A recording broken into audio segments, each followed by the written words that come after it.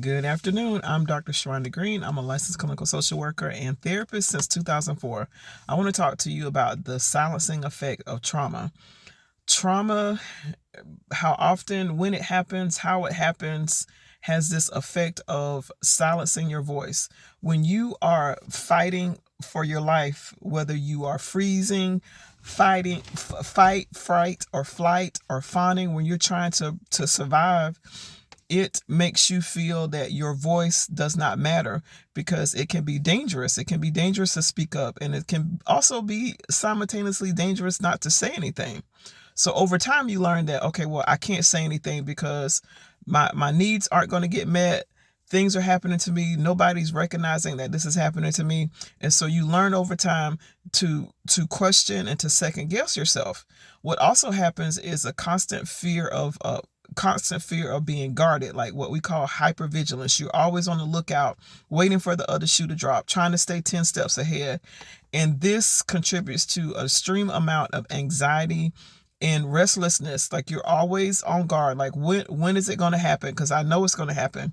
And your body remembers being under the duress and stress that you have experienced, so your voice gets muted. Your voice, the volume, the intensity, you forget what your voice sounds like because you're screaming on the inside. And so over time, trauma silences your voice. And so it's really important, the connection between trauma and having examples of not being helped.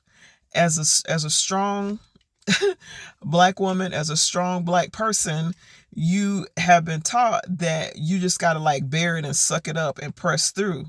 And what that does is, like, you don't ask anybody for help, because the strongest person in your life has been you. The strongest person in your life, when you're finding solutions for everybody, when you're taking care of everything, when you're coming to everyone's rescue because no one came to your rescue, that's fawning, that's people pleasing, that's going outside of yourself to rescue other people. Because, like, oh my gosh, if that was happening to me, when that was happening to me, no one was coming to my rescue.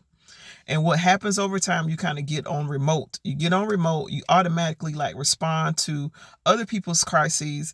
And therefore, you are re-abandoning yourself. You're silencing your voice, and then you don't ask for help because you're the strongest person you know.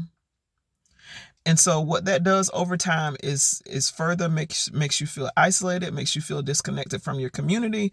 But the way to get your power back, the way to get your voice back, is to be self-compassionate, is to show yourself grace, is to show yourself kindness, is to show yourself tenderness, is to show yourself love, is to journal, is to be mindful, is to set boundaries, is to remind yourself and affirm yourself how amazing that you are, that you deserve love, you deserve protection, you deserve to be shielded. And so once you do this and you practice that over and over and over, and you practicing boundaries, then you're telling yourself, this is what I need to feel safe. And then you get to replicate that to other people in your space, in your world. And you get to build community about people that are able to reciprocate that. And you learn how to build that muscle, so to speak. You learn how to build asking for help, because asking for help is not a sign of weakness. Asking for help is a sign of strength and resiliency. We're not meant to do life alone in this world. And when pain and terrible things happen, it does make you feel isolated. It does make you feel alone. It makes you feel like you're on some type of island of pain, that nobody else can totally understand what's happening to you. And it encapsulates you in a way that cuts you off from the world. So to voluminize your voice, to heal your voice, is to practice boundaries, is to be able to say what you want using your I statements. I like this a lot. I would like more of this, please. I don't like when you speak to me in that tone. It makes me feel unseen. It makes me feel unheard.